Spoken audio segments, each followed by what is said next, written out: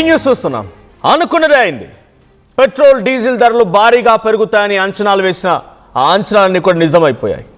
దేశవ్యాప్తంగా petrol diesel ధరలు పెరిగిపోయాయి. లీటర్ పైన ₹3 పెంచాయి ఆయిల్ కంపెనీలు. ఉదయం నుంచే అమల్లోకి వచ్చాయి కొత్త ధరలు. ఈరోజు ఎవరైనా కనుక మీరు మీ బైక్లో పెట్రోల్ ఫిల్ చేసుకోవాలనుకుంటే తప్పనిసరిగా ఈ పెరిగిన ధరలు చెల్లించాల్సిందే.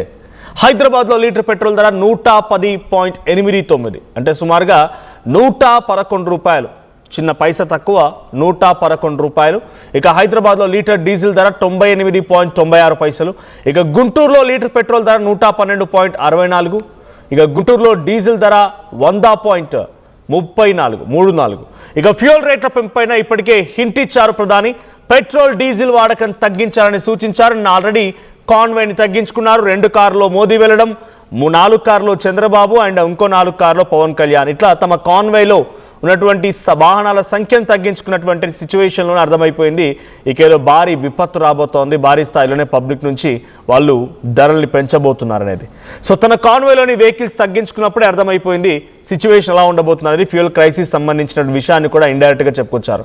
ఇక ఫ్యూయల్ రేట్లు మరింతగా పెరగొచ్చు అంటున్నారు నిపుణులు. ఇక్కడతో ఆగిపోదు, ఇది సుమారుగా ఇంకొక వారం 10 రోజులను మరింతగా పెరిగే అవకాశం ఉంది. అయితే ఇంధన సంక్షోభంతోనే మళ్ళీ వర్క్ ఫ్రమ్ హోమ్ కూడా అమలు చేయాలని చెప్పి అటు మోదీ చెప్పుకొచ్చారు. ఢిల్లీలోని ప్రభుత్వ ఉద్యోగులకు నిన్నటి నుంచి already work from home announce చేశారు. గవర్నమెంట్ ఎంప్లాయీస్కి, ప్రభుత్వ కార్యాలయాల్లో పనిచేసేటువంటి ఆ ఎంప్లాయీస్కి వర్క్ ఫ్రమ్ హోమ్ అమలు చేశారు.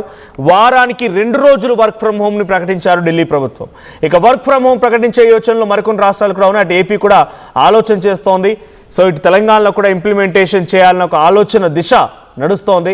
సో ఏం జరిగినా పెట్రోల్ డీజిల్కి సంబంధించిన విషయంలో ఒక్కసారిగా అమాంతం ఈ స్థాయిలో పెరగడం కేవలం యుద్ధం పరిణామాల్లోని సిచ్యువేషన్ అంటే కొంత యుద్ధం కూడా ఉంది. దీంతో పాటుగా అటు ఆయిల్ కంపెనీల నుంచి ప్రభుత్వంపై ఒత్తిడి కూడా ఉంది.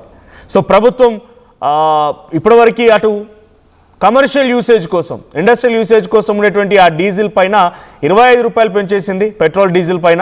కానీ సామాన్య జనం పైన ఆ డైరెక్ట్ భారం వేస్తే మొన్న మధ్య ఎన్నికలు జరిగాయి చూసారా, వెస్ట్ బెంగాల్ కానీ, తమిళనాడు కానీ, కేరళ కానీ, పుదుచ్చేరి కానీ, అస్సాం కానీ, ఈ 5 రాష్ట్రాల ఎన్నికలు జరిగిన సిచ్యువేషన్లో అప్పుడు ఆ భారాన్ని ఇండస్ట్రియల్ యూసేజ్ పైన, ఇండస్ట్రియల్ డీజిల్ పైన కాకుండా సామాన్య జనం పైన వేస్తే డెఫినెట్గా కొంత ఇబ్బంది అని చెప్పి ఆలోచించిన మోదీ ప్రభుత్వం కొంత ఆ ఎలక్షన్ అయిపోయేదాకా ఆగింది. ఎలక్షన్ అయిపోయిన తర్వాత ఇక ఆ భారాన్ని మోయలేకపోతున్నామని చెప్పి ఏకంగా మోదీ కూడా తన కాన్వాయ్ని తగ్గించుకోవడం, పలు రాష్ట్రాల ముఖ్యమంత్రులు తమ కాన్వాయ్ సంఖ్యను తగ్గించుకోవడం, ఇవన్నీ జరిగిన తర్వాత ఇప్పుడు ఎట్టకేలకి ఆయన వర్క్ ఫ్రమ్ హోమ్ అనౌన్స్ చేయడం, తర్వాత కొంతమంది ఢిల్లీలో ఉన్నటువంటి ప్రభుత్వ ఉద్యోగులకి 2 రోజుల పాటుగా work from home already announce చేయడం, ఇటు పెట్రోల్ డీజిల్ ధరలు పెంచడం. పెట్రోల్ పైన ₹3 పెరిగింది. సో ప్రస్తుతానికి హైదరాబాద్లో ఈ రోజు అమలవుతున్న పెట్రోల్ ధర ₹110.89. ఇక డీజిల్ విషయానికి వస్తే 98.36. సో ఈరోజు భారీ స్థాయిలోనే పెట్రోల్ ధరల విషయం పైన అటు ప్రతిపక్షాల నుంచి విమర్శలు ఎదురయ్యే అవకాశం ఉంది. సో ఒకసారి మనం ఆ మోదీ కాన్వాయ్ చూస్తున్నాం. నిన్న కేవలం 2 వాహనాల్లోనే మోదీ బయటికి వెళ్ళడం చూస్తున్నాం. సో బేసిక్గా అయితే 40-50 కార్లు ఆయన వెంట ఉంటుంటాయి. కానీ ఇప్పుడు ఆయన కేవలం 2 కార్లోనే వెళ్తూ ఉన్నారంటే ఆయన ఇట్స్ ఇండికేషన్. ఒకవేళ డైరెక్ట్ కనుక ఆయన పాటించకుండా పబ్లిక్కి చెప్తే, ఇప్పుడు పెట్రోల్ డీజిల్ ధరలు పెరిగింది అనుకోండి, గతంలో చాలాసార్లు పెరిగాయి. సో చాలాసార్లు పెరిగినప్పుడు ఎందుకు మోదీ కార్లు వాడద్దు, బైక్స్ వాడద్దు, తగ్గించండి, కొంచెం మీ పెట్రోల్ యూసేజ్ని తగ్గించండి ఎందుకు చెప్పుకొచ్చారు? సో ఆ వ్యతిరేకత మళ్ళీ ప్రభుత్వానికి రాకూడదు కాబట్టి నేనే పాటిస్తున్నా, నేను చేయడం మూలంగా కాదు.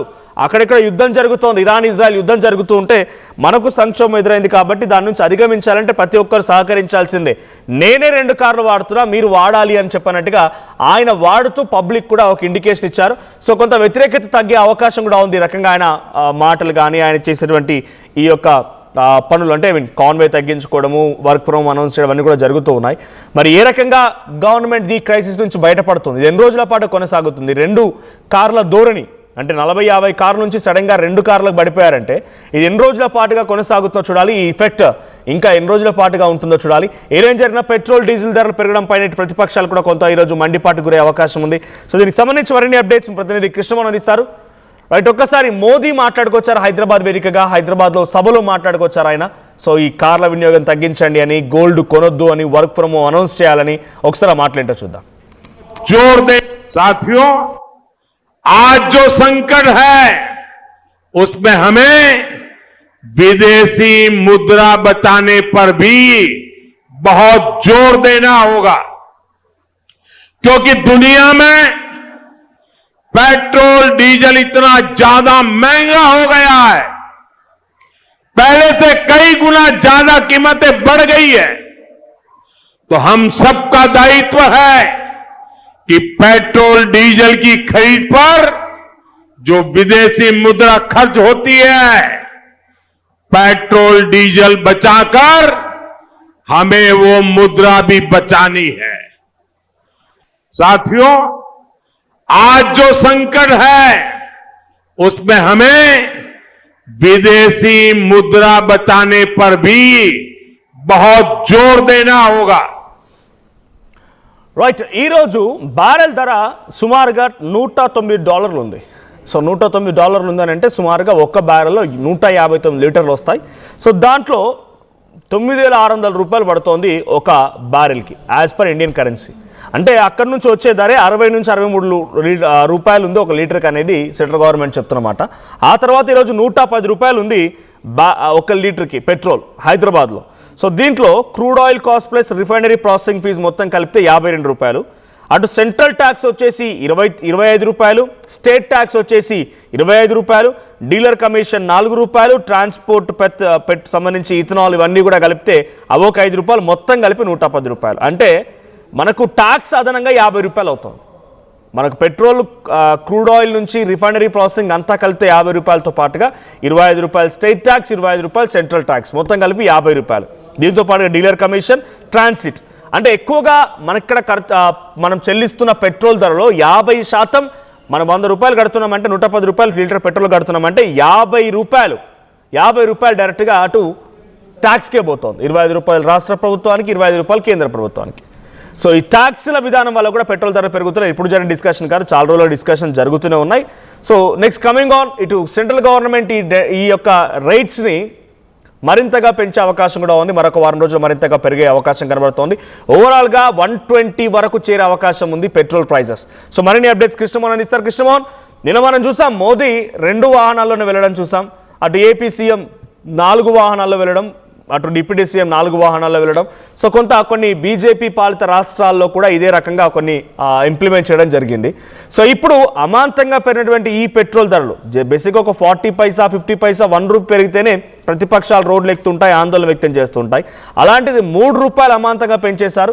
ఇది మరింతగా పెరిగే అవకాశాలు కూడా ఉన్నాయి. సో దీంతో ఎటువంటి ఇంపాక్ట్ ఉండబోతోంది, ఎటువంటి సిచ్యువేషన్ అంటే ఇది కేవలం పెట్రోల్ డీజిల్ ధరలు పెరిగినంత మాత్రాన ఇక్కడే ఆగిపోదు. ఇన్ఫ్లేషన్ స్టార్ట్ అవుతుంది, కూరగాయల ధరలు పెరిగిపోతాయి, ప్రతి నిత్యావసర ధరలు పెరిగిపోతాయి, ప్రతిదీ కూడా ఇంటర్లింకింగ్ ట్రాన్స్పోర్టేషన్ ఉంటుంది కాబట్టి పెరిగే అవకాశం కూడా ఉంది. సో దీని నుంచి ఓవర్కమ్ చేసే ప్రయత్నం ఏం జరుగుతోంది? మనోజ్, 3 రోజుల ముందు మోడీ ముందుగానే ఆంధ్రప్రదేశ్కి వచ్చిన ఆ సందర్భంగా ఆయన హింట్ ఇచ్చారు. రాబోయే రోజులు చాలా కష్టతరంగా మారబోతున్నాయని కూడా చెప్పారు. అందుకే పెట్రోల్ వినియోగం తగ్గించుకోండి అని చెప్పారు. వీలైతే చాలా వరకు ఈ ఆహారాన్ని కంటిన్యూ చేయాల్సిన పరిస్థితి. ఎన్ని రోజులు, ఎన్ని సంవత్సరాలు ఉంటుందో కూడా తెలియదు. 1 సంవత్సరం రోజుల పాటు బంగారం కూడా కొనద్దు అని చెప్పిన పరిస్థితి కూడా మనం చూసాం. అంటే ఆ ఆదేశాల మేరకు అన్ని రాష్ట్రాలు కూడా అమల్లోకి వచ్చాయి. క్యాన్వాయిన్లు తగ్గించుకుంటున్నారు మంత్రులు, ఎమ్మెల్యేలు. అలాగే ఆంధ్రప్రదేశ్ లో అయితే ఫ్రైడే రోజు నో వెహికల్ డే అని కూడా చంద్రబాబు ప్రకటించేశారు. సో ఇటువంటి సందర్భాలు వస్తున్న సందర్భంలో ఈ రోజు ఉదయాన్నే ₹3 డీజిల్ అండ్ పెట్రోల్ మీద కూడా పెంచేశారు. ఒక్కసారిగా ఇది సుమారు ₹20 వరకు పెరిగే అవకాశం ఉంది ఈ నెల రోజుల్లోనే అనే ఒక చర్చ కూడా పెద్ద ఎత్తున జరుగుతోంది. కంపెనీ వర్గాలు కూడా అయ్యే చెప్తున్నాయి. దాదాపుగా పెట్రోల్ మీదనే ₹25 వరకు పెరిగే అవకాశం రాబోతుంది అనేది చాలా స్పష్టంగా చెప్తున్న పరిస్థితి. అంటే విపరీతమైన భారం పెరగబోతుంది పెట్రోల్ మీద. ఓన్లీ పెట్రోల్ పెంచడం వల్ల జరిగే సమస్యతో అంతటితో ఆగట్లేదు.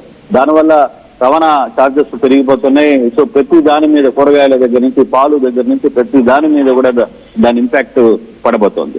కూరగాయలు, పాలు, తర్వాత ఇతర అంశాలు అన్నిటి మీద కూడా దాని ఇంపాక్ట్ పెద్ద స్థాయిలో పడబోతుంది. అయితే ఇప్పటికీ వారానికి 2 రోజులు ఇంటి దగ్గర నుంచి పనిచేయాలి అనే ఒక చర్చ కూడా జరుగుతుంది. దాని మీద నిబంధనలు కూడా ఢిల్లీలో ఆల్రెడీ ప్లాన్ చేశారు. ఢిల్లీలో వారంలో 2 రోజులు ఇంటి దగ్గర నుంచి పనిచేయాలని ఢిల్లీ ముఖ్యమంత్రి కూడా ప్రకటించేసింది. సో అక్కడ ట్రాన్స్పోర్ట్స్ కూడా మీరు తగ్గించేయండి కంప్లీట్ గా. అవసరం అనుకుంటే మెట్రోలు వాడండి, బస్సులు వాడండి, మెట్రోలను ఎక్కువగా వాడే ప్రయత్నాలను చేయండి అని చెప్పి చెప్తున్న పరిస్థితి. సో ఒక్కసారిగా భారతదేశం మొత్తం, కేవలం ఆంధ్రప్రదేశ్ తెలుగు రాష్ట్రాలే కాదు, భారతదేశం మొత్తం కూడా ఎక్కడికక్కడ దీని ఇంపాక్ట్ కనపడబోతుంది. చాలా వరకు కూడా ఇప్పటికే ఈ రోజు ఉదయం నుంచి పెంచిన ₹3 పెట్రోల్ అండ్ డీజిల్ మీద పెంచిన ధరల దెబ్బకి ఈ రోజు నుంచే చాలా వరకు కూడా పాల ధరలు, కూరగాయల ధరలు అన్ని కూడా ఎక్కడికక్కడ మారబోతున్నాయి. రేపటి నుంచి దీని పరిస్థితి ఇంకా ఎక్కువగా ఉంటుందనేది అంచనా వేస్తున్నారు. కొంత ఇబ్బందికరమైన పరిస్థితి రాబోతున్నాయని కూడా చెప్తున్న పరిస్థితి. అయితే దీన్ని ఎలా తగ్గించాలి, దీన్ని ఎలా ఎదుర్కోవాలి అనే దాని మీద అంటే మోడీ ప్రధానమంత్రి హోదాలో ఆయన క్లియర్ గా ముందుగానే ఒక హింట్ ఇచ్చారు. బాబు, రాబోయే రోజులు చాలా ఘోరంగా ఉంటాయి, మీరు కంట్రోల్ గా ఉండాలి, ప్రత్యేక విమానాల్లో టూర్లు, తర్వాత మంత్రులు చేస్తున్న అదనపు ఖర్చులు, ఇతర వ్యవహారాలు ఇవన్నీ కూడా తగ్గించని చెప్పి చెప్తున్నారు. సేమ్ మామూలు కాన్వాయ్లతో పాటు ఇతర వాహనాలను కూడా మనం పబ్లిక్ కూడా వాళ్ళు ముందుగానే ఒక ఇంటిమేషన్ చేయబోతున్నారు. బాబు, రాబోయే రోజులు చాలా ఘోరంగా ఉంటున్నాయి, మీరు సాధ్యమైనంత వరకు సైకిళ్లను లేదా పాదయాత్రలను నడవడమో లేకపోతే ఇట్లాంటి యాక్టివిటీస్ ని పెంచుకోండి అని పదే పదే చెప్తున్న పరిస్థితి. సో నిన్న అనుకున్నాం, ఈ రోజు ఉదయానికి పెట్రోల్ డీజిల్ ధరలు విపరీతంగా పెట్టాయి. గతంలో మీరు చెప్పినట్టుగా గతంలో ఒక పావల 10 పైసలు 20 పైసలు పెంచితేనే వామపక్షాలు రోడ్ల మీదకి వచ్చి ధర్నాలు చేస్తున్న పరిస్థితి నుంచి ఇప్పుడు ఏకంగా ఒకే రోజు ₹3 ₹4కి దాకా పెరిగిపోయే పరిస్థితులు వచ్చేసాయి.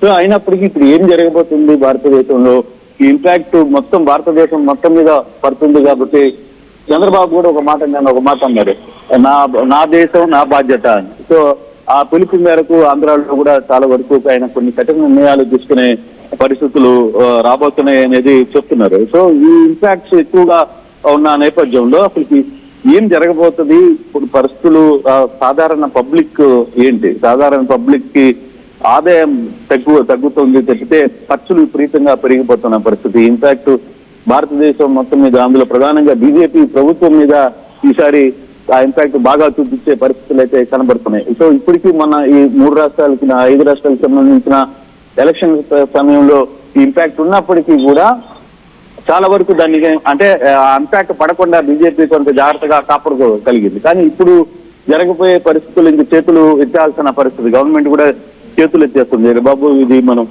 ఇప్పుడు కంట్రోల్ చేయకపోతే పరిస్థితులు పూర్తిగా మన చేతులు జారిపోతున్నాయనే నేపథ్యంలో అసలు ఇప్పుడు కేంద్ర ప్రభుత్వం ఏ నిర్ణయం తీసుకోబోతుంది, ఎటువంటి నిబంధనలకి తీసుకురాబోతుంది, వాళ్ళ దగ్గర ఏదైనా ఈ ప్రాబ్లమ్స్ కి సొల్యూషన్. ఇప్పటికే బ్యారెల్ దాదాపుగా ₹9,600 ఒక బ్యారెల్ పడుతోంది. ₹60 అంటే మనకి ₹63 మామూలుగా వస్తే దాని ట్యాక్సెస్ తర్వాత ఇతర అన్ని కలిపితే ₹110 దాకా వచ్చేసింది పెట్రోల్ ధర.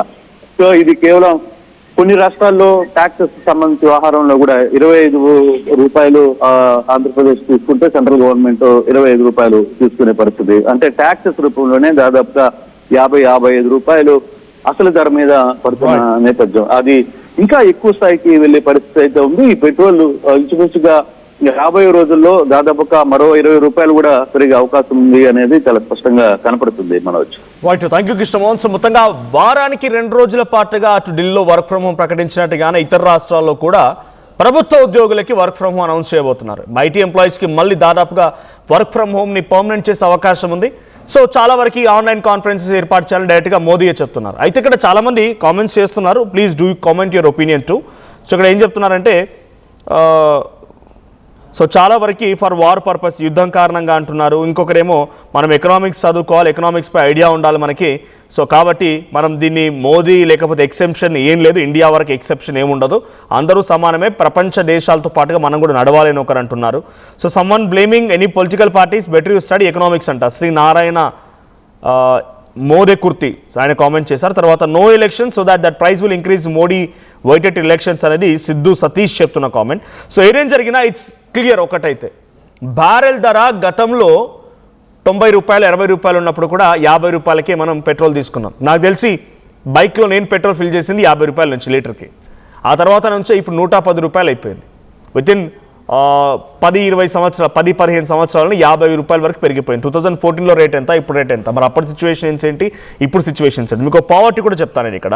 నేనేదో వెయిగా చెప్పట్లేదు, నీతి ఆయోగ్ ఇచ్చిన డేటా ప్రకారంగా చెప్తున్నా. 2014లో పావర్టీ రేట్ 30% ఉండేది, 30%గా ఉండేది. అంటే 30% పావర్టీ ఉండేది కాస్త 2016కు వచ్చేసరికల్లా 2 సంవత్సరాల్లో అది 28% మంది 2% తగ్గింది. ఇక 21 వచ్చేసరికల్లా మళ్ళీ కరోనా పీరియడ్ అంతా చూసిన తర్వాత అప్పుడు మళ్ళీ 30% అయిపోయింది. 23లో 22%, 24లో 20%, ఇప్పుడు 26లో ఉన్న మన పావర్టీ పర్సెంటేజ్ వచ్చేసి 24%. ఏం మార్పు వచ్చింది? జనాభా ఎలా పెరిగింది మరి? 2014లో ఉన్న జనాభా ఎంత, ఇప్పుడున్న జనాభా ఎంత?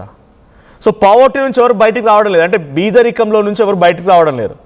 గ్రామీణ ప్రాంతాల్లో ప్రజలు గ్రామీణ ప్రాంతాల్లో ఉన్నట్టుగానే ఉంటున్నారు. ఏం మారుతుంది? టెక్నాలజీ మాత్రం వేగంగా అభివృద్ధి చెందుతోంది. స్మార్ట్ ఫోన్స్ వస్తూ ఉన్నాయి, ఏఐ టెక్నాలజీ వస్తుంది, టెక్నాలజీ వైఫైలు వస్తూ ఉన్నాయి, ఊళ్ళలో కూడా ఇంటర్నెట్ కనెక్షన్స్ వెళ్తూ ఉన్నాయి. ఇంతవరకు బాగా టెక్నాలజీ అప్గ్రేడేషన్ ఉన్నంత మాత్రంగా పబ్లిక్ ఫైనాన్షియల్గా అప్గ్రేడ్ అవ్వడం లేదు. పబ్లిక్ ఇంకా అదే పాత మూస పరిధిలోనే అదే పనులు చేసుకుంటున్నారు. వాళ్ళు ఫైనాన్షియల్ అప్గ్రేడేషన్ లేదు, ఎంప్లాయ్మెంట్ ఆపర్చునిటీస్ లేవు, పని చేయలేకపోతున్నారు. చాలామంది ఎడ్యుకేటెడ్ పీపుల్, చాలామంది చదువుకునేవి. అంతెందుకు రీసెంట్గా ఎండోన్మెంట్ సంబంధించి తెలంగాణలో ఒక నోటిఫికేషన్ వచ్చినట్టుంది ఏదో, బట్ నేను అక్కడ చూసాను పేపర్లో. అక్కడ ఉన్నాయి 110, 115 అంతే, అరౌండ్ ఆ 100 లోపు 100 అటు ఇటుగా ఉన్న నోటిఫికేషన్ ఖాళీలకు గాను ఇప్పటికే 50,000 మంది అప్లై చేశారంట. ఒక చిన్న నోటిఫికేషన్, పోస్టల్ ఆఫీస్లో ఒక చిన్న నోటిఫికేషన్ చూడండి, ఏ స్థాయిలో అప్లై చేస్తున్నారు. అంటే పబ్లిక్ ఫైనాన్షియల్గా అప్గ్రేడ్ అవ్వడం లేదు. ఇక్కడ ఎవరైతే కామెంట్ చేశారో, టు మై నాలెడ్జ్ నేను చెప్తున్నాను, ఎకనామికల్గా అప్గ్రేడ్ అవ్వడం లేదు పబ్లిక్, టెక్నాలజీ పరంగా అప్గ్రేడ్ అవుతున్నారు. ప్రతి ఒక్కరి చేతిలో స్మార్ట్ ఫోన్ ఉంది, ప్రతి ఒక్కరు వాడుతున్నారు, ప్రతి ఒక్కరు చదువుకుంటున్నారు, ప్రతి ఒక్కరికి అన్ని విషయాలపైన నాలెడ్జ్ ఉంది. ఏం తెలియకపోయినా కూడా ఏఐని అడుగుతున్నారు, ఇన్ఫర్మేషన్ తెలుసుకుంటున్నారు, అంతవరకు ఓకే. లేదు చాలా వరకు ఇన్ఫర్మేషన్ పాస్ చేసే ప్రయత్నం చాలామంది చేస్తూ ఉన్నారు. కానీ ఇక్కడ జరుగుతోంది ఫైనాన్షియల్ అప్గ్రేడేషన్ లేదు. ఈ గవర్నమెంట్స్ ఆయుష్మాన్ భారత్ అంటున్నాయి, ఎస్ అఫ్ కోర్స్ ఇవ్వాల్సిందే, లేకుంటే ఇంకేదో కొత్త కొత్త పథకాలు పెడుతోంది. ఆ పథకాల ద్వారా పబ్లిక్కి వాళ్ళకు స్కీమ్స్ వస్తున్నాయన్న భావనలో గవర్నమెంట్ ఉంది, కానీ ఎంత మేర ఇంప్లిమెంట్ అవుతున్నాయి, అది ఫైనాన్షియల్ రూట్స్కి ఎంతవరకు వెళ్తున్నాయి, ఫైనాన్షియల్ అప్గ్రేడేషన్ మాత్రం లేదు. It's true 100%. మీరు చెప్పండి, 2014 నుంచి ఇప్పటి వరకు మీ ఆర్థిక స్థితిగతులు ఏం మార్పు వచ్చింది? అప్పుడున్నటువంటి ఖర్చు ఎంత, ఇప్పుడున్న ఖర్చు ఎంత? మీలో ఏదైనా ఫైనాన్షియల్ చేంజెస్ వచ్చాయా? This should be coming. ఈ ఫైనాన్షియల్ చేంజ్ వచ్చిన రోజే మీరు ఎన్ని ధరలు పెంచుకున్నా, ఏం చేసినా, ఎట్లా చేసినా నడుస్తుంది. అఫ్కోర్స్ గవర్నమెంట్ కొన్ని ట్యాక్సులు తగ్గించుకోవాలని చాలామంది కామెంట్ చేస్తున్నారు. సో ట్యాక్సులు తగ్గించుకున్నా గవర్నమెంట్ డెవలప్మెంట్ యాక్టివిటీస్ ఎలా చేస్తుందని క్వశ్చన్ చేస్తారేమో. డెవలప్మెంట్ యాక్టివిటీ ఏం చేస్తోంది? ఫైనాన్షియల్ ఆస్పెక్ట్స్ ప్రకారంగా పబ్లిక్ని ఏ రకంగా ఫైనాన్షియల్ అప్గ్రేడేషన్ కోసం ప్రయత్నం చేస్తుంది? This should be also a debatable one. So present అయితే ₹3 ధర పెరిగింది. ₹3 ధర పెరిగిన నేపథ్యంలో హైదరాబాద్లో ఈరోజు పెట్రోల్ ధర ₹110.89, డీజిల్ అయితేనేమో ₹98.36 ఉంది. సో అటు గుంటూరుకు వెళ్తే ₹112 ఉంది. సో కొన్ని స్లైట్ చేంజెస్ ఉంటూ ఉంటాయి స్టేట్స్ మధ్యలో కొన్ని చోట్ల. సో ఏదేం జరిగినా ₹3 అమాంతంగా పెంచడం పైన పబ్లిక్ నుంచి కూడా వివిధ రియాక్షన్స్ వస్తున్నాయి. ఒకసారి పెట్రోల్ డీజిల్ ధరల పెరుగుదల పైన పబ్లిక్ రియాక్షన్ ఏంటో చూద్దాం. आम जनता पे क्या असर पड़ रहा है और आप पे क्या असर पड़ रहा है? मेरे ऊपर यही असर पड़ेगा कि थोड़ा ज़्यादा बजट लग जाएगा, काम इस समय है नहीं, इस वजह से थोड़ा हम लोग को परेशानी झेलना पड़ेगा. हमको क्या, पूरा जनता को झेलना पड़ेगा. आगे आप देखते हुए मेरे ख्याल से गवर्नमेंट ने बहुत सोच समझ के डिसीजन लिया होगा, हमें साथ देना चाहिए, ये मेरा ओपिनियन है. थोड़ा सा कब सुधरने में कुछ फर्क पड़ेगा सर? नहीं, सुधरने में तो पक्का गवर्नमेंट बेनिफिट को देंगे पब्लिक को, इतना तो मुझे उम्मीद है कि जब सिचुएशन थोड़ा बेटर होगा सरकार कुछ ना कुछ उसका बेनिफिट पब्लिक को देंगे, ये मेरा उम्मीद है. मैं अपने देश के, अपने गवर्नमेंट के ऊपर उम्मीद करता हूँ. सो मुझे तो ऐसा लगता है कि और कोई चारा नहीं था, इसलिए दाम बढ़ाया गया है. जी और पेट्रोल के दाम बढ़े हैं, इससे आम जनता पे क्या असर पड़ रहा है और आप पे क्या असर पड़ रहा है? मेरे ऊपर यही असर पड़ेगा कि थोड़ा ज़्यादा बजट लग जाएगा, काम इस समय है नहीं, इस वजह से थोड़ा हम लोग को परेशानी झेलना पड़ेगा. हमको क्या, पूरा जनता को झेलना पड़ेगा. आगे आप किराया बढ़ा के ले रहे हैं या वही चल रहा है आपका? अभी तो वही चल रहा है, मेरा किराया तो बढ़ नहीं रहा है. ये सारा वजन आपके ऊपर आ रहा है? हाँ, हमारे ऊपर आ रहा है, पूरा जनता के ऊपर आ रहा है. तो सरकार से क्या आग्रह करेंगे? सरकार से यही आग्रह करेंगे कि जितना जल्दी से जल्दी सही. क्या असर हो रहा है या आपके? बहुत असर पड़ रहा है, महंगाई ज़्यादा हो गया है, इसलिए हम गरीब आदमी खा पी नहीं रहे सही से. आगे किराया बढ़ानी है? हाँ, आगे किराया बढ़ा दे तो सही रहेगा.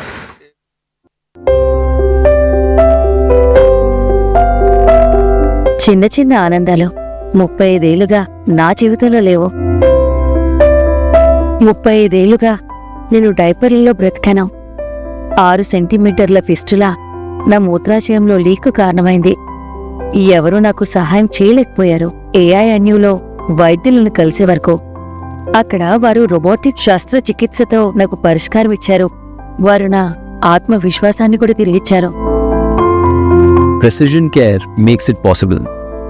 The Center for Robotic Surgery at AINU